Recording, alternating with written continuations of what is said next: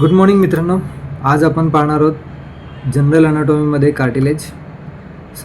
Cartilage हा खूप महत्त्वाचा पार्ट आहे. आपण मागच्या ह्याच्यामध्ये बोन ग्रोथ, क्लासिफिकेशन आणि सगळ्यात शेवटी आपण मेडिको लिगल आस्पेक्ट्स बघितले आहे ना. मी तुम्हाला सांगितलं होतं एखाद्याच्या मृत्यूनंतर आपल्याला त्याचं जर काही डिटरमाइन करायचं असेल, पुरुष होता, स्त्री होती, वय किती होतं, त्यासाठी आपल्याला मेडिको लिगल गोष्टी लागतात. आज आपण पाहणार आहोत कार्टिलेज. कार्टिलेजचं सिनोनिम आहे कॉन्ड्रोस आणि हे आहे ग्रीक लँग्वेजमध्ये. याला काही वेळेस ग्रिसल्स पण म्हणतात. म्हणजे रेअरली MCQजमध्ये विचारतील की सिनोनिम्स ऑफ कार्टिलेज, ग्रिसल्स जनरली विचारत नाही. कम्पेअर विथ द टर्म्स कॉन्ड्रिफिकेशन, कॉन्ड्रोडिस्ट्रॉफी आणि सिनकॉन्ड्रोसिस. म्हणजे हा शब्द 3-4 ठिकाणी येतो. कॉन्ड्रिफिकेशन म्हणजे कार्टिलेज फॉर्मेशन, कॉन्ड्रोडिस्ट्रॉफी कार्टिलेज वेड्यावाकडं तयार होणं, सिनकॉन्ड्रोसिस सोबत 2 कार्टिलेज तयार होणं. Definition: cartilage is a connective tissue. आपण बघितलं होतं bones is also connective tissue. It is compose of chondrocyte, तिथे होते ऑस्टिओसाइट्स, पण इथे कॉन्ड्रोसाइटसोबत फायब्रिन आहेत, कोलॅजिन और येलो इलॅस्टिक. त्याच्यामुळे हे थोडेसे इलास्टिक असतात.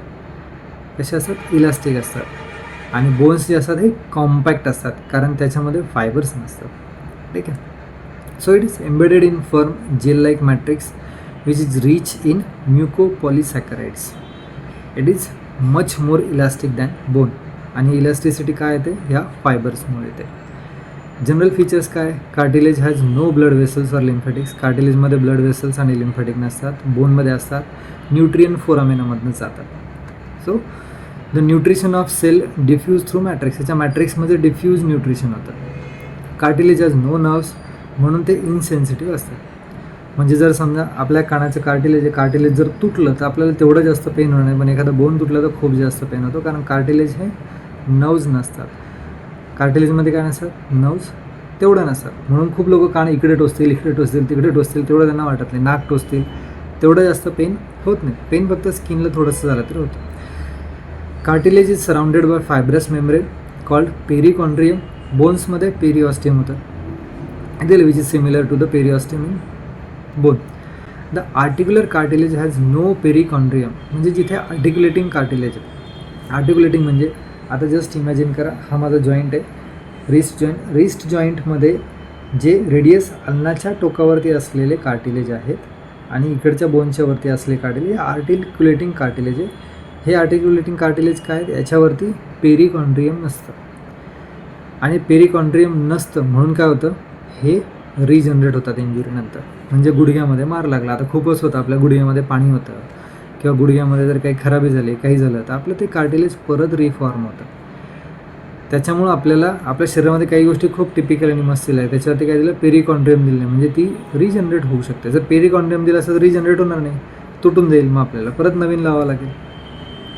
So when cartilage calcifies the chondrocyte dies and cartilage is replace by bone like tissue. Bone like टिश्यूने ते होतात.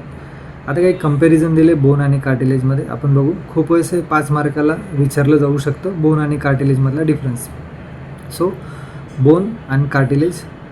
Bone is hard, cartilage is firm but elastic. Bone एकदम हार्ड आहे, हे बोन एकदम हार्ड आहे, है ना. म्हणजे ह्या बोनला आपण ह्या मधल्या बोनला वाकू शकतो का, ह्या बोनला वाकू शकतो का? नाही. पण या कार्टिलेजला आपण वाकू शकतो. It's elastic. Matrix has inflexible material called ossein. म्हणजे याच्यामध्ये इनफ्लेक्सिबल मटेरियल, त्याला ओसिन म्हणतात. आणि इथे काय? कॉन्ड्रिब्युटिंग प्रोव्हाइड फ्लेक्झिबिलिटी आणि fibrins. Matrix possesses calcium salt. इथे कॅल्शियम सॉल्ट्स नसतात. Bone has rich nerve supply and vascular in nature. त्याच्यामध्ये वेसल्स आणि ते असतात, मी सांगितले न्यूट्रियन फोरामेनमधून जातात. इथे नर्व्ज नसतात आणि अवास्क्युलर नेचर असतं. बोन मॅरो इज प्रेझेंट, इकडे बोन मॅरो नसतं. Growth is only by apposition by the surface deposition. Growth is appositional and interstitial. म्हणजे आतमधल्या आतमध्ये ग्रोथ होऊ शकते. याचं ग्रोथ फक्त अपोजिशनल, एका साईडने इकडे जाणार आणि वरती जाणार, दोनच बाजूला. Types of cartilage. Types of कार्टिलेजमध्ये 3: हायलाईन कार्टिलेज, फायब्रो कार्टिलेज आणि इलास्टिक कार्टिलेज. 3च आहेत. आपण कोणते कोणते ते बघू पुढे. सो डायरेक्टली कंपॅरिझन दिले, हायलाईन कार्टिलेज, फायब्रो कार्टिलेज आणि इलास्टिक कार्टिलेज. हायलाईन कार्टिलेज कुठे असतात तर हे लाँग बोनवरती असतात. लाँग बोनवरती स्टर्नम, रिब्स, नेझल आणि लॅरेंजल कार्टिलेजमध्ये जिथे आर्टिक्युलेटिंग सरफेस असतात. फायब्रो कार्टिलेज हे इंटरव्हर्टिब्रल डिस्क आहेत. मग प्युबिक सिम्फायसिस आहे, टेम्पोरोमॅन्डिब्युलर जॉईंट, इथे टेम्पोरोमॅन्डिब्युलर जॉईंट असतो, हे मॅन्डिबल खाली येतं आहे, इथे जॉईंट हलतो. स्टर्नोक्लॅव्हिक्युलर जॉईंट, सो हा limited intervertebral disc of pubic symphysis, temporomandibular joint आणि sternoclavicular joint. Elastic cartilage, elastic कार्टिलेजमध्ये ear pinna, external auditory meatus, Eustachian tube, epiglottis, vocal process of arytenoid cartilage या सगळ्या जागेवरती हे असतात. म्हणजे हायलाईन कार्टिलेज कुठे असतं? लॉंग बोनमध्ये. फायब्रो कार्टिलेज प्युबिक सिम्फायसिस आणि टीएम जॉईंटवरती असतो, ह्या स्टर्नोक्लॅव्हिक्युलर जॉईंटवरती असतो. इलास्टिक कार्टिलेज हा external ear pinna, auditory canal, Eustachian tube. Hyaline cartilage bluish white कलरचं असतं, हे ग्लिस्निंग व्हाईट कलरचं असतं आणि इलास्टिक नेहमी येलोइश कलरचं असतं. ॲपियरन्स हे शायनी असतं, ओपेक आणि ओपेक असतात. फायबर्स व्हेरी थिन, हॅविंग सम रिफ्रॅक्टिव्ह इंडेक्स, इथे न्यूमरस व्हाईट फायबर्स असतात आणि इथे येलो फायबर्स असतात. सो हायलाईन हा फ्लेक्झिबल असतो, फायब्रो कार्टिलेज मोर स्ट्रॉंग असतो आणि हा पण मोर फ्लेक्झिबल असतो, मोस्ट फ्लेक्झिबल. सो हे हायलाईन बोन, एपिग्लॉटिस या हायोइड बोनच्या इथे जे मध्ये कार्टिलेज आहे हे, आणि त्याच्यानंतर खाली थायरॉइड कार्टिलेज. तर थायरॉइड कार्टिलेज हे हायलाईन कार्टिलेज, हे इथे जे असतं ही क्रिकॉइड प्रोसेस असते.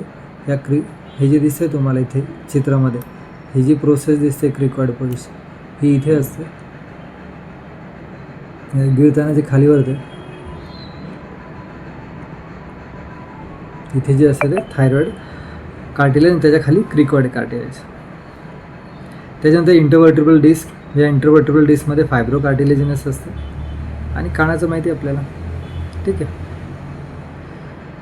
Clinical anatomy, defect of membranous ossification cause syndrome is called cleidocranial dysostosis. म्हणजे ही क्लिडोक्रॅनियल